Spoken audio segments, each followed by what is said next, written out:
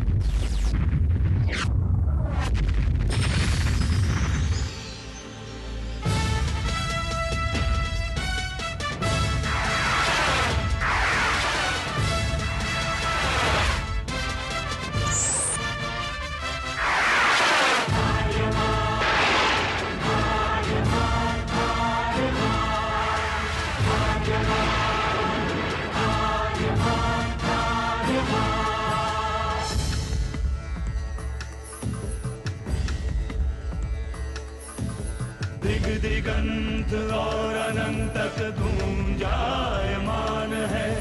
ब्रह्मनाद है विधि का वो अटल विधान है। धर्म की अधर्म पर विजय का वो प्रमाण है। जायमान है वो अटल विधान है। विजय का वो प्रमाण है। ब्रह्मांड का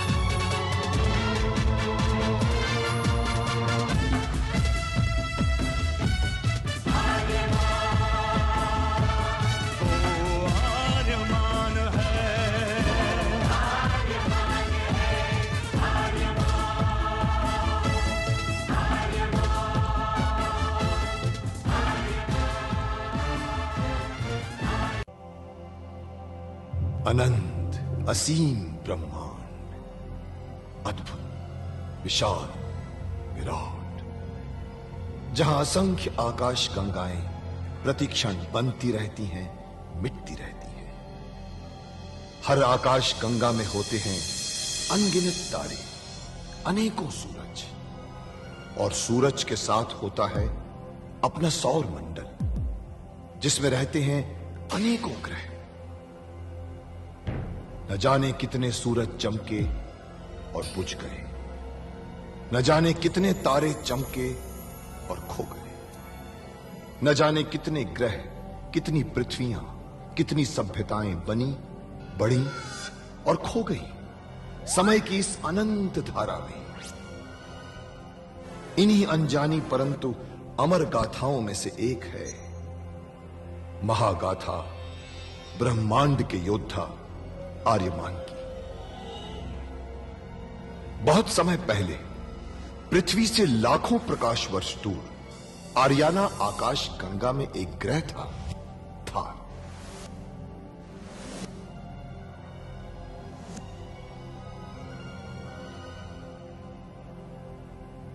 थार एक रेगिस्तान था, पानी की बूंद नहीं थी, फिर भी पूरे ब्रह्मांड के लिए मूल्यवान था थार, क्योंकि थार में थी ऐसी खाने जहां से दुर्लभ जीवनदायी पदार्थ निकलता था, जिसे थारस कहते थे।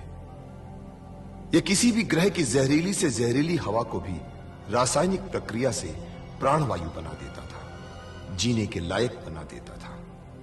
कहावत थी, थारस जिसके वश में, पूरी आकाश गंगा उसके वश में। आर्याना आकाश गंगा की संरक्षक संस्था ओमियान के नियमों के अनुसार थारस को कोई भी व्यक्ति अपने वश में नहीं कर सकता था। यहां तक कि थार ग्रह का राजा जारांत भी नहीं। राजा होते हुए भी जारांत अपना राज्य गणतंत्र प्रणाली से चलाता था। खानों से निकलने वाले थारस का 25% भाग ही थार ग्रह के हिस्से में आता था। बाकी का हिस्सा ओसेक अंतरिक्ष संगठन में चला जाता था। ओसेक आरियाना आकाश गंगा के व्यापारियों का संगठन था और जिसका संचालन अंतरिक्ष में बनाए गए एक कृत्रिम ग्रह ओसेक से होता था। मगर ओसेक संगठन में कई व्यापारी ऐसे भी थे जो अति महत्वाकांक्षी थे, जो पूरे ब्रह्मांड में अपना आधिपत्य स्थापित करना चाहते थे। परंतु जब तक ओमियान था तब तक कोई कुछ नहीं कर सकता था। ओमियान अंतरिक्ष के लोगों की संरक्षक संस्था थी जो अंतरिक्ष के निवासियों के हितों का पूरा ध्यान रखती थी और अपनी शांति सेना के द्वारा संपूर्ण ब्रह्मांड में शांति और व्यवस्था बनाए रखती थी। इसी ओमियान संस्था का अध्यक्ष था महान होशिंग। होशिंग जिस ग्रह पर रहता था उस ग्रह का नाम था कुरुक्षेत्र, जहां आज छिड़ी हुई है एक महाजंग।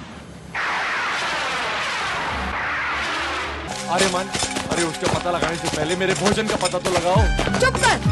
जब भी तू खाने की बात करता है कोई ना कोई मुसीबत आकर खड़ी हो जाती है। अरे जब भूख लगेगी तो भोजन की याद तो आएगी ना, और मुसीबत का भोजन से क्या संबंध?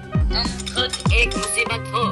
तुम एक काम करो, तुम 1 साल के लिए खाने का उपवास रख लो, तुम्हारी सारी मुसीबतें हल हो जाएंगी। हाँ, हल हो जाएंगी, क्योंकि उसके बाद तो मैं भगवान को प्यारा हो जाऊंगा ना। अरे जीपो, इतना सब्र कर लिया है तो थोड़ा सा और सब्र कर लो। यान पहुंचकर हम तुम्हें खाने से माला माल कर देंगे। आओ, चलो। आओ।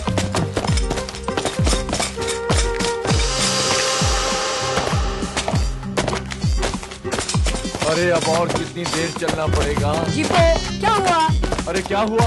अरे भूख के मारे मेरी जान निकली जा रही है, अब और नहीं चला जाता। जीपो, अब हम लोग यान के करीब आ चुके हैं। ज्यादा दूर नहीं है, बस थोड़ी ही दूर है।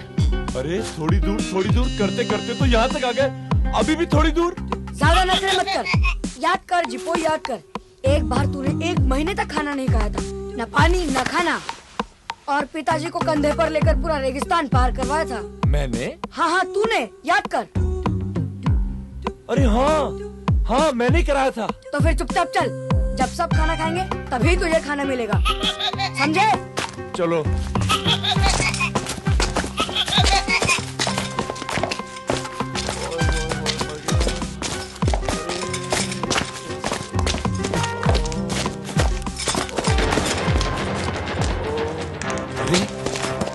हमारे यान कहाँ चला गया? क्या? यान नहीं है? अरे मेरे खाने का क्या होगा? पर यान जा कहाँ सकता है? ठीक से जगह याद है तुम्हें? किसी दूसरी जगह पे तो नहीं उतरा था तुमने? हमारा यान यहीं पर उतरा था, हम किस भी नहीं भूलते।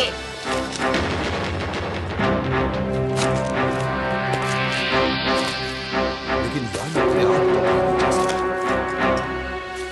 इसका मतलब है किसी ने उसे चुरा लिया। किसने?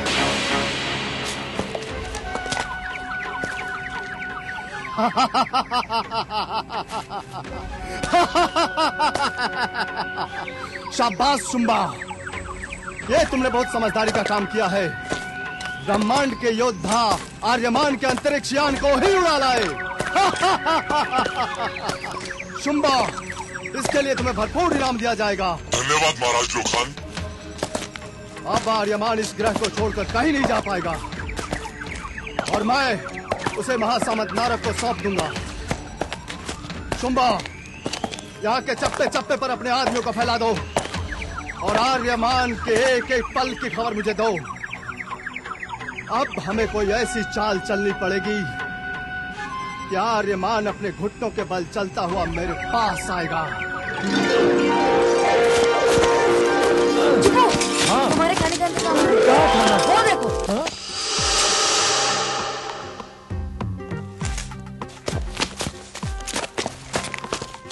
अरे ये फल? अरे ना बाबा, फल का नाम मत लो। एक बार फल तोड़ के देख चुके हैं, जान के लाले पड़ गए थे, मुसीबत में फंस गए थे। कहीं ये भी तो विस्फोटक नहीं है?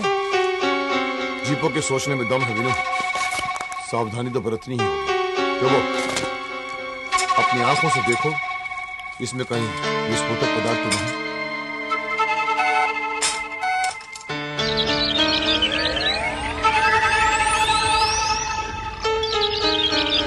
ये फल ठीक है, मैं इन्हें देख चुका हूँ, इनमें कोई धोखा नहीं है, तुम इन्हें खा सकते हो।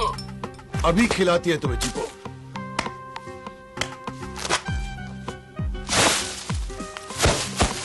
अरे एक साथ दो फल।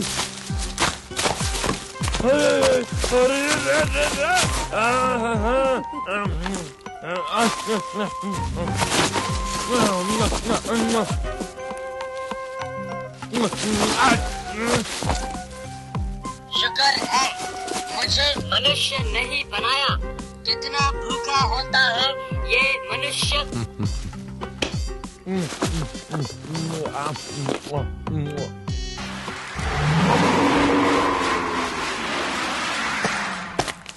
सामंत नारद, आपको देखकर प्रसन्नता तो हुई, मगर अचानक आने का कारण? महाराज रोखान, आपने हमसे वादा किया था कि आप हमारे शत्रु आर्यमान को हमें सौंपेंगे। क्या हुआ आर्यमान को? कहाँ है वो? अभी तक हमें उसका कोई समाचार नहीं मिला। सामंत नारद, आर्यमान उस शक्ति का नाम है जिस पर काबू पाना गोया अपनी मौत को दावत देना है। तो इसका मतलब हम ये समझें कि आर्यमान आपके हाथों से निकल गया? नहीं महासामंत नारद, लोखान के शिकंजे में जो एक बार फंस गया, उसका निकलना मुश्किल ही नहीं, नामुमकिन हो जाता है। आप थोड़ी देर और प्रतीक्षा करें, आपका दुश्मन आपके कदमों में होगा, ये लोखान का वादा है। आप जितनी जल्दी अपना वादा पूरा करेंगे, उतनी ज्यादा हमें खुशी होगी।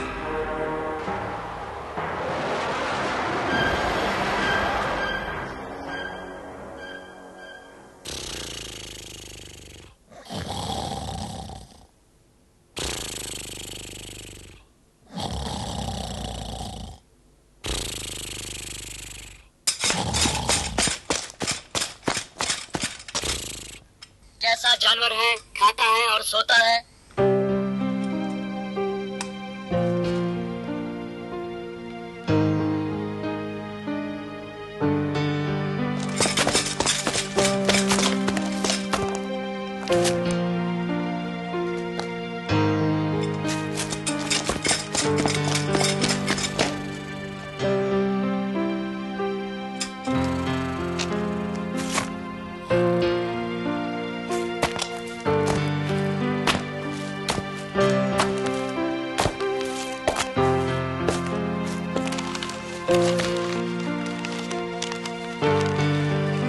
सो गए विनू?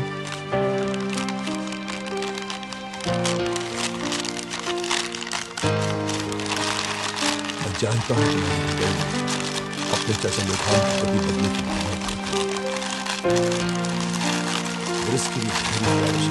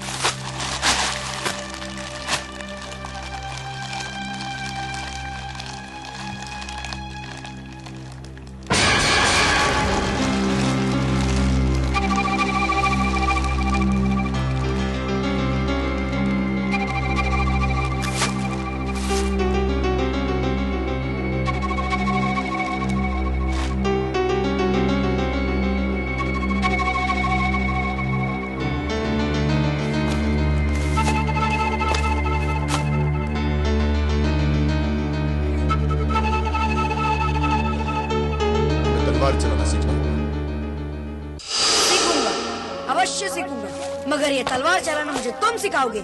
ठीक है, किसी दिन सिखा दूंगा। नहीं, मैंने कह दिया मुझे अभी और इसी वक्त सीखना है। ठीक है, ये लो।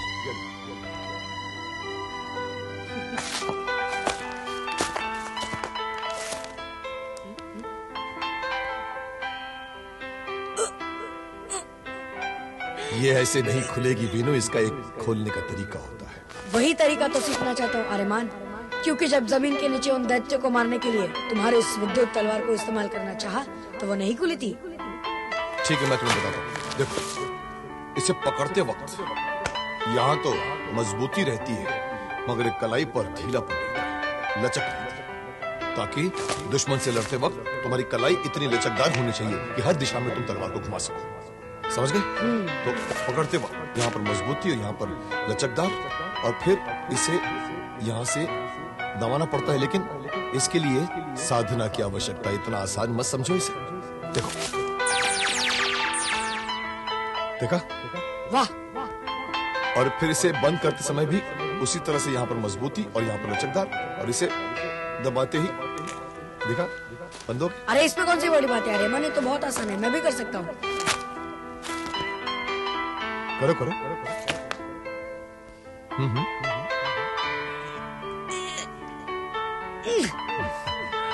करो। मैंने कहा था ना, इतना आसान नहीं है, इसके लिए कड़ी साधना की आवश्यकता है वीनू। एक तो तुम्हारी पकड़ यहां से ठीक नहीं है, और दूसरा तुम्हारे अंदर धैर्य नाम की कोई चीज नहीं। इसको खोलते वक्त और इसको इस्तेमाल करते वक्त एक दूसरी बहुत जरूरी चीज है, वो है धैर्य। तुम बहुत गुस्से वाले हो, पहले अंदर अपने धैर्य लेकर आओ। जिस दिन तुम्हारे अंदर धैर्य आ जाएगा, इस तलवार को तुम खोलना भी सीख जाओगे, इसे इस्तेमाल करना भी सीख जाओगे। ठीक है? आज के लिए तय करो। आओ। मुझे अपने अंदर धैर्य लाना होगा। धैर्य, कोशिश करता हूँ। खुल गई, मुझसे तलवार खुल गई। क्या कर रहे हो विनू? तलवार मुझे वापस करो। नहीं, मैंने इसे खोल दिया है और इसी से अपने चाचा लुखान को मारूंगा। ठीक है, तुम उसे मारना, लेकिन पहले तलवार चलाना तो सीखो। सीखने की कोई जरूरत नहीं है आर्यमान, क्योंकि लोग तलवार से मरते हैं, और उस दुष्ट को मैं इसी तलवार से मारूंगा और अपने माँ बाप की मौत का बदला लूंगा। बस यही लक्ष्य है मेरा, सिर्फ यही। इंतकाम कभी लक्ष्य नहीं होता विनू। जो लक्ष्य क्रोध में तय किया जाता है, वो लक्ष्य कभी पूरा नहीं होता, क्योंकि क्रोध हमारी सोचने की शक्ति छीन लेता है। तुम ऐसा कुछ नहीं करोगे। अभी तुम छोटे हो, पहले तलवार चलाना सीखो। नहीं, मैंने कहा था तुम्हें, मैं छोटा जरूर हूँ मगर मेरे हौसले बुलंद हैं। देखा तुमने, मैंने इसको खोल भी दिया और इसी से उस दुष्ट लोखान को मारूंगा मैं, इसी से। नहीं विनू, नहीं, तुम ऐसा नहीं करोगे। तलवार मुझे वापस। नहीं आर्यमान, आगे मत बढ़ो, मेरे रास्ते में मत आओ। विनू, विनू, विनू, विनू, विनू, विनू कहाँ गया? जीवो, अचानक एक रोशनी ऊपर से आई और विनू को लेकर चली गई।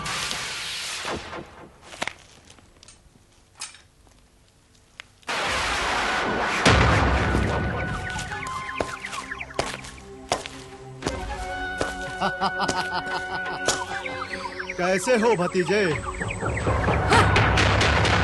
आप होकर भी तेरे तेवर नहीं बदले। इतना ही बहादुर है तो आजाद कर दे मुझे। आजाद कर दूंगा, बिल्कुल आजाद कर दूंगा भतीजे। हमेशा हमेशा के लिए तुझे जिंदगी से ही आजाद कर दूंगा। मुझे अपने नमक हराम चाचा से यही उम्मीद थी। नमक हराम था नहीं, बल्कि बनने पर मजबूर कर दिया। तेरे बाप ने मुझे कभी आगे नहीं बढ़ने दिया, हमेशा मेरा अपमान किया। तेरे बाप ने मेरा सब कुछ छीन लिया, सब कुछ। मेरे पिता का प्यार, उनकी तारीफ, उनका गर्व। मैंने अपने पिता की नजरों में कितना अच्छा बनने की कोशिश की, मगर सफल नहीं हुआ, और इसीलिए तेरे माँ बाप को मारकर मुझे गद्दी छीननी पड़ी। मगर तू बच गया विनू, और जब तक तू जिंदा रहेगा, तेरा बाप मरकर भी जिंदा रहेगा, और इसीलिए तुझे मरना होगा, और तभी मैं चैन की नींद सो पाऊंगा। तू समझता है मुझे मार कर तेरे घाव भर जाएंगे? नहीं चाचा, मुझे मार कर तेरे घाव और गहरे हो जाएंगे। तू मेरे पिताजी की बराबरी नहीं कर सकता, और मुझे मार कर तो कदापि नहीं। उनकी बराबरी करने का एक मौका तुम्हें दिया गया था। कौन सा? पिताजी के मरने के बाद तुम मेरे संरक्षक बन सकते थे, मुझे राजकुमार घोषित करके तुम साकेत पर शासन कर सकते थे, पर तुमने ऐसा नहीं किया चाचा, ऐसा नहीं किया और लालची बन गए। मुझे अपना पुत्र समझने के बजाय अपना शत्रु समझ लिया। क्यों? तुमने अपने आप को बहुत छोटा कर लिया है चाचा, बहुत छोटा। खामोश बदजबान! तेरी जबान बहुत लंबी हो गई है, बहुत बोल चुका तू, बहुत बोल चुका। अब थोड़ी ही देर में तुम्हारी लाश को चील और कौवे खा रहे होंगे। परंतु चाचा जी, ये याद रखना कि बच्चे की लाश पर खड़ा होकर कोई भी बड़ा नहीं बन सकता, कोई भी नहीं। ये तेरा नया अंगरक्षक आर्यमान कौन है? मेरा दोस्त। ओह, तो वो तेरा दोस्त है, अंगरक्षक नहीं। उसके रहते मेरा कोई बाल भी बाका नहीं कर सकता। तो ठीक है, वो तेरा अंगरक्षक या दोस्त जो भी है, देखता हूँ तुझे मेरे हाथों कैसे बचाता है। सैनिकों, इसका खाना पानी सब बंद कर दो जब तक ये आर्यमान के बारे में नहीं बताता। तुम बहुत बड़ी गलती करने जा रहे हो चाचा। तुम मुझे मारना चाहते हो तो अभी मार दो, क्योंकि बाद में तुम्हें मौका नहीं मिलेगा। तो तू चाहता है कि इन सैनिकों के सामने मैं तेरी हत्या कर दूं, ताकि ये लोग बगावत पे उतर जाएं। मगर ये ऐसा नहीं कर सकते। ये मेरे पिता के स्वामी भक्त सैनिक है। तुमने भले ही इनकी वफादारी खरीद ली हो, मगर इनकी इंसानियत कभी नहीं खरीद पाओगे। इनके भी तो बाल बच्चे होंगे। और एक बात याद रखना चाचा लोखान, कि मेरे मरने के बाद इनके भी दिल तड़पेंगे। और अगर ये बात साकेत ग्रह वालों को पता चल गई कि तुमने मुझे मार दिया है, और वो भी सिंहासन के लालच में, तो वो तुम्हें जिंदगी भर माफ नहीं करेंगे। लगता है तेरे दोस्त ने तुझे काफी सिखा पढ़ा दिया है। शाकुल, इसे फौरन खत्म कर दिया जाए। क्षमा करें महाराज, ये जल्दबाजी होगी। इसे तो हम कभी भी खत्म कर सकते हैं। पहले इससे अपने दोस्त आर्यमान के बारे में जानकारी तो ले लेनी चाहिए। ठीक कहते हो शाकुल, हो सकता है आर्यमान इसे ढूंढता हुआ यहाँ तक पहुंच जाए। सही कह रहे हैं, इसलिए इसे न मारकर आर्यमान के स्वागत की तैयारी करनी चाहिए। इसे सख्त पहरे में रखो, आर्यमान हमें जिंदा चाहिए।